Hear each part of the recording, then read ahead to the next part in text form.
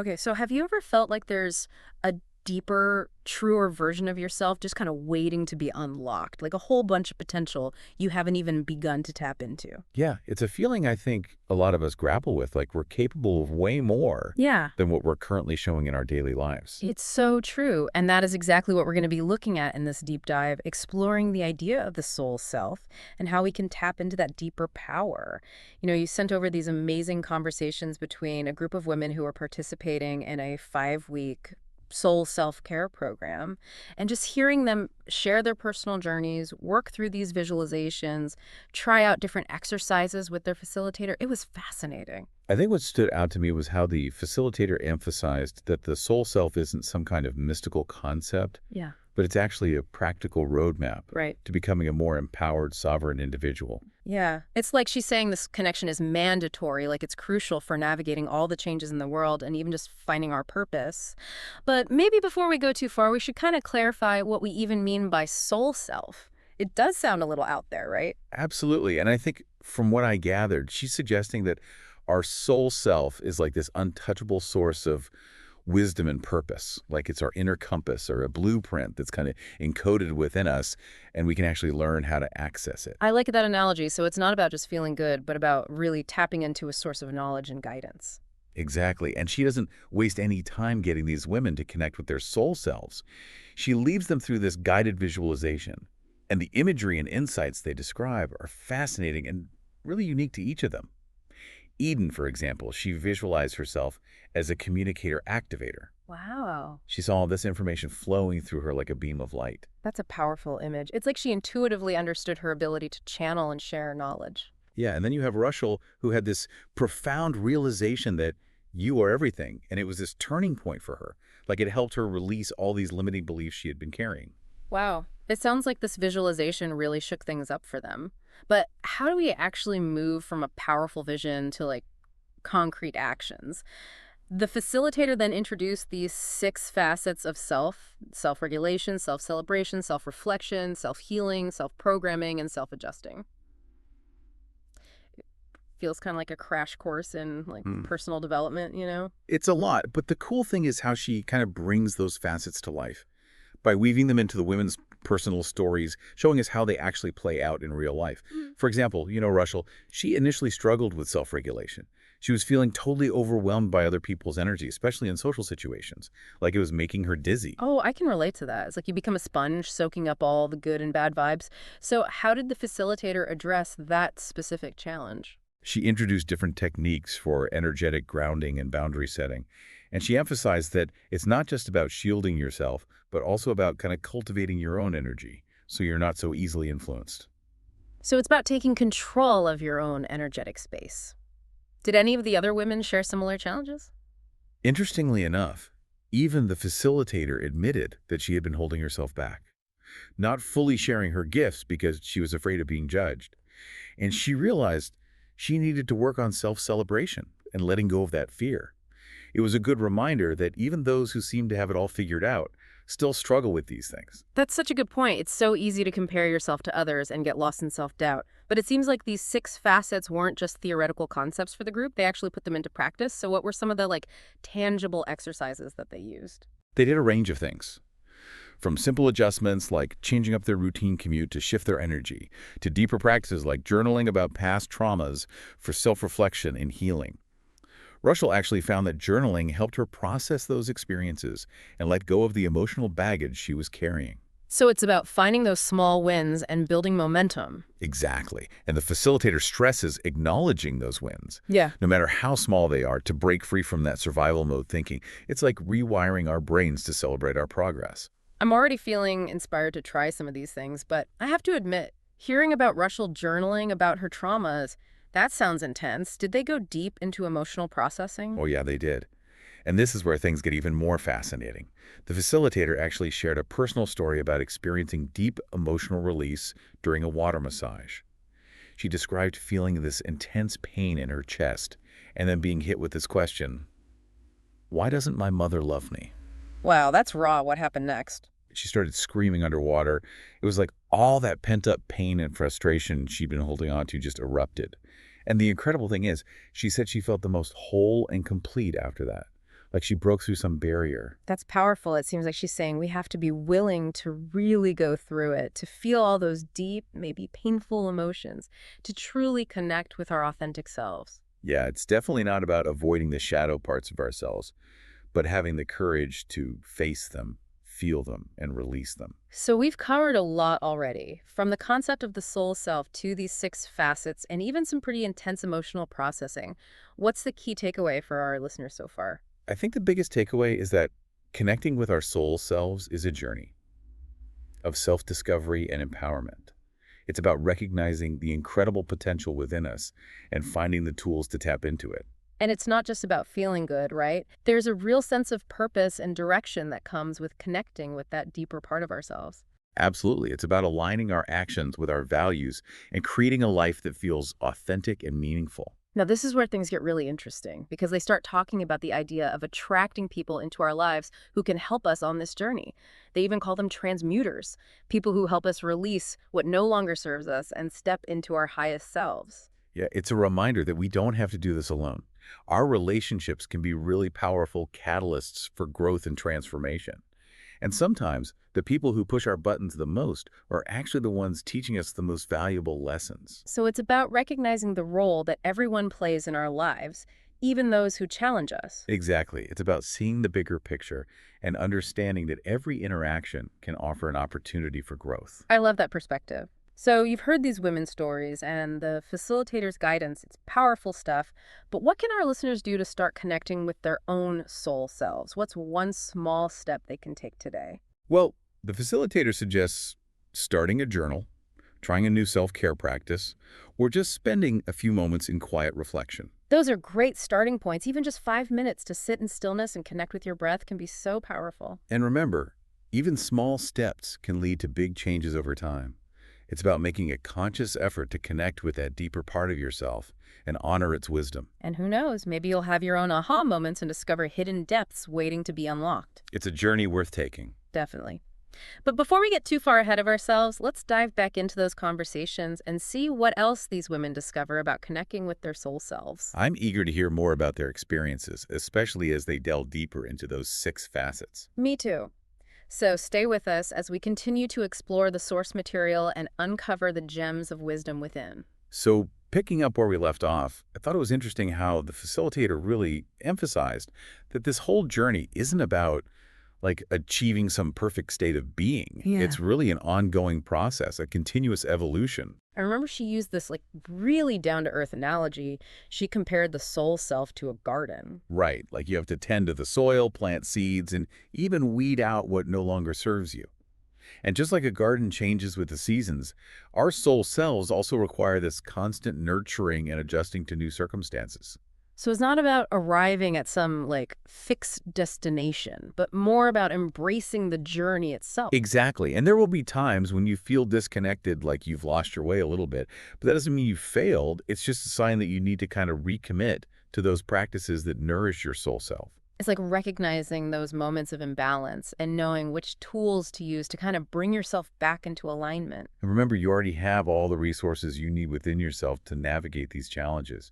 It's about trusting your inner wisdom, listening to your intuition, and taking action that aligns with your soul's purpose. That sense of agency is really empowering. It takes the pressure off of needing to have all the answers and allows us to approach this journey with a sense of curiosity and an open mind. Speaking of journeys, I was really struck by Russell's transformation throughout these conversations.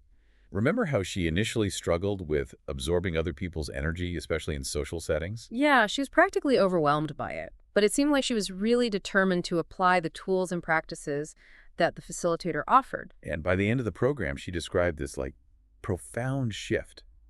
She wasn't drained by others' energy anymore. She had found a way to establish those energetic boundaries and stay grounded in her own energy. It sounds like she really tapped into that self-regulation facet we were talking about. It's a powerful reminder that these practices really work.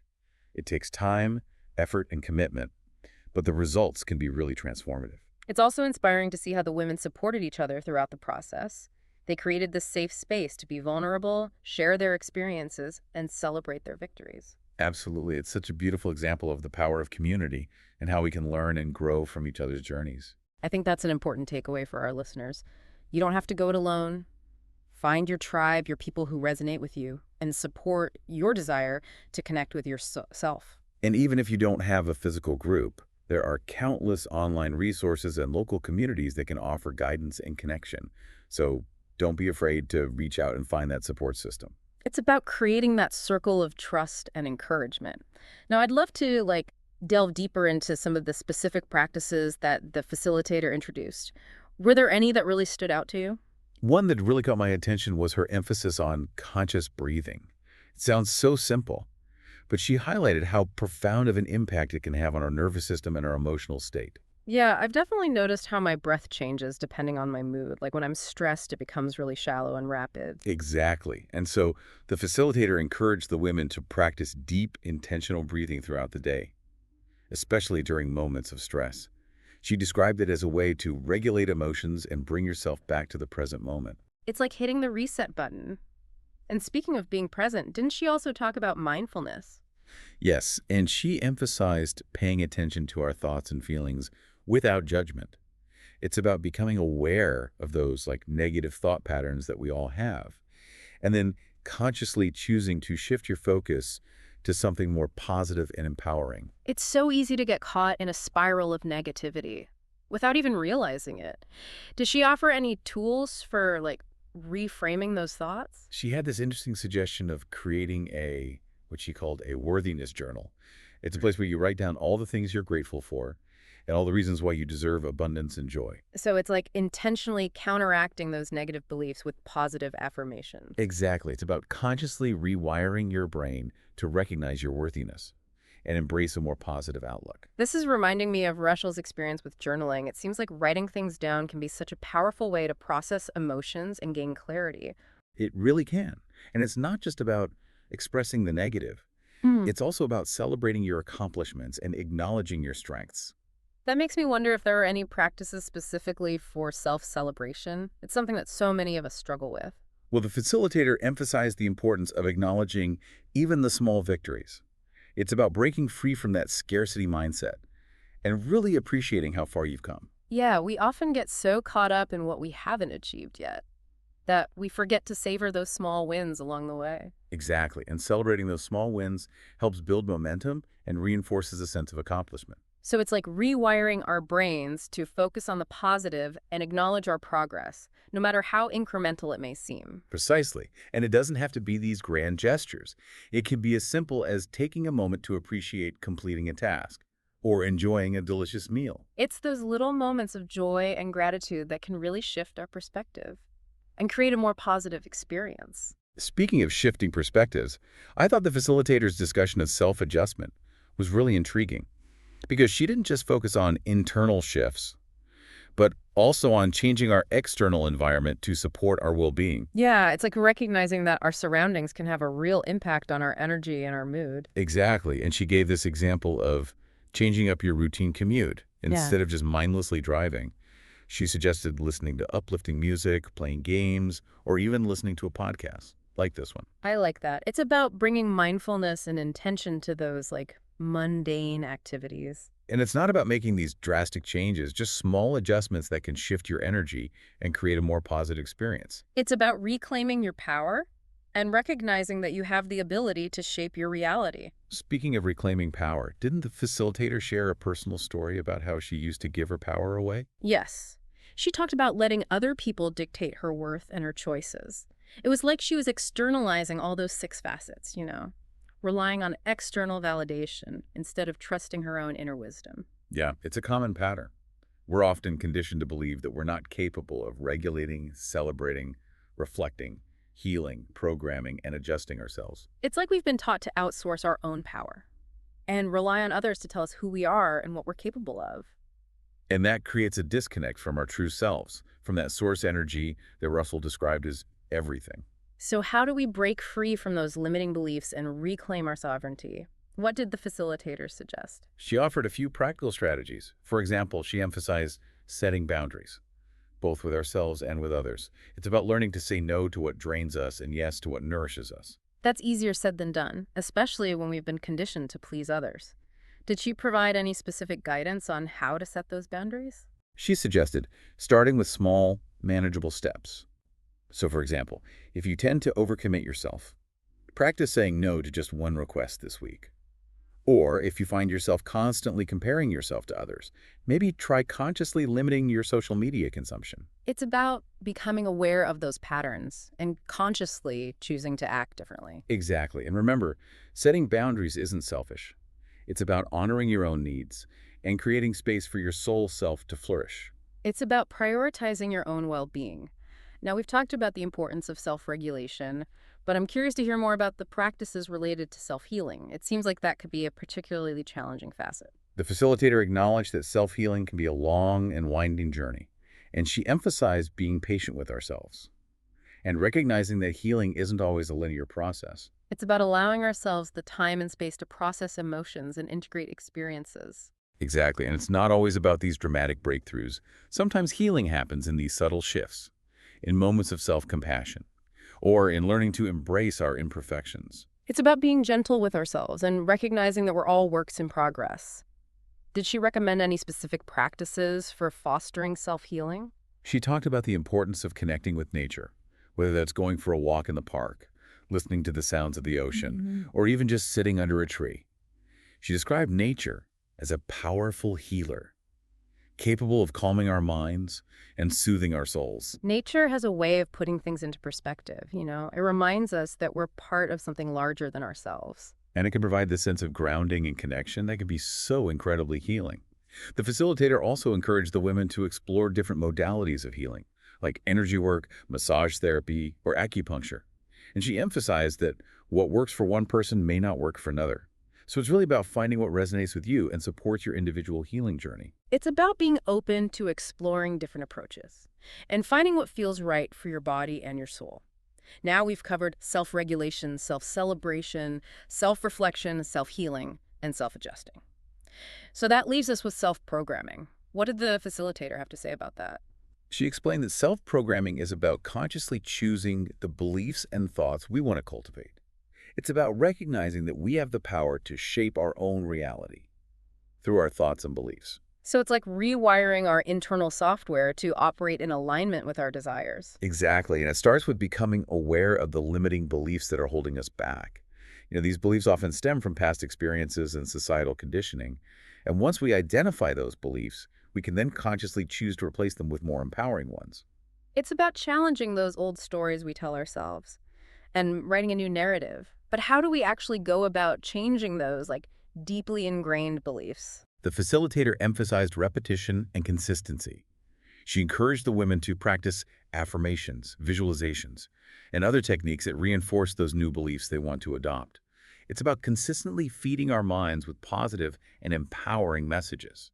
It's like creating new neural pathways in our brains through repeated exposure to those positive thoughts. Exactly, and it's not about denying the negative, but consciously choosing to focus on the positive. And she also emphasized surrounding ourselves with supportive people, people who believe in us and encourage our growth. It's like creating this, like, positive feedback loop that reinforces our new beliefs and helps us stay on track. Speaking of staying on track, Hmm. I thought it was interesting how the facilitator emphasized that this work is ongoing. It's not like a one-time fix. It's a daily practice of choosing to connect with our soul selves and nourish our inner power. It's about making self-care a priority and committing to our own growth and evolution. It's a journey, not a destination. And it seems like those 6 facets provide a really good roadmap for that journey. They give us a framework for understanding ourselves more deeply and making those conscious choices that support our well-being. I think that's a really valuable takeaway for our listeners. By exploring these 6 facets and experimenting with the practices that the facilitator introduced, we can begin to connect with our souls and unlock our true potential. But before we get too far ahead of ourselves, let's dive back into those conversations and see how the women's journeys continue to unfold. I'm curious to hear how they apply these concepts in their everyday lives and what challenges they encounter along the way. Stay with us as we explore the next part of the source material and uncover even more gems of wisdom. As we've been going through these conversations, you know what's really struck me? How the facilitator keeps saying that connecting with our soul selves isn't about, like, becoming perfect. Yeah, it's more of an ongoing thing, right? Exactly. It's a continuous evolution, and there will be ups and downs. For sure. And I remember she used this really great analogy to explain this. Oh, yeah. She compared the soul self to a garden. Okay, I like that. Yeah, it needs constant attention, right? You have to nurture the soil and plant seeds, weed out the stuff that's not working anymore. Yeah. And just like a garden changes with the seasons, our soul cells need that same kind of nurturing and adjusting because things are always changing. That's true. So it's not about getting to this perfect end state, Right. but more about like embracing the journey itself. Embracing the journey. And I think it's so important to remember that because there are times when we're going to feel disconnected, Of course. like we've totally lost our way. Yeah, we've all been there. But that doesn't mean we failed. Right. Doesn't mean you failed at all. It just means we need to come back to those practices that nourish us, get back to tending our own garden, so to speak. I love that analogy. And she reminds the women that they already have all the tools they need to get through those challenges. It's about trusting our gut, listening to our intuition, and then taking action. Trusting your intuition is so important. Yeah, it's about aligning our actions with, like, our soul's purpose. Definitely. And that sense of, like, agency is so powerful, it takes the pressure off of needing all the answers, and it allows us to be more curious and open on this journey. It does, because it's not a straight line. No. It's about trusting the process and being willing to learn as we go. And speaking of growth, it's been incredible to see Russell's journey unfold. Oh, yeah, I agree. Remember how she was feeling so overwhelmed in social settings, like she was taking on everyone else's energy? Yes, it was almost as if she couldn't separate Yeah. her energy from everyone else's. Exactly. And then she started applying all those tools and techniques we were talking about. Right. And by the end of the program, she's talking about this incredible shift. Yeah. She says she's not feeling drained anymore. That's so powerful. And she's feeling this sense of, like, wholeness within herself. It's amazing how much of a difference those practices can make. Right. It really shows that those practices actually work. It takes time, effort, and commitment, but it can lead to amazing results. Oh, totally. And I think what's equally inspiring is how these women supported each other. Yes. They made this space where they could be vulnerable, share their experiences, and celebrate each other's wins. Exactly. And it shows how powerful community can be and how important it is to be around people who understand and support you on this path. Yeah, I think that's a major takeaway for our listeners. You don't have to go it alone. Find your people, your tribe, those who get it, and those who are also trying to connect with their souls. And even if you don't have a focal group, there are tons of resources online and in your community too. Don't be afraid to reach out and find support. Exactly. It's about building that circle of trust and encouragement.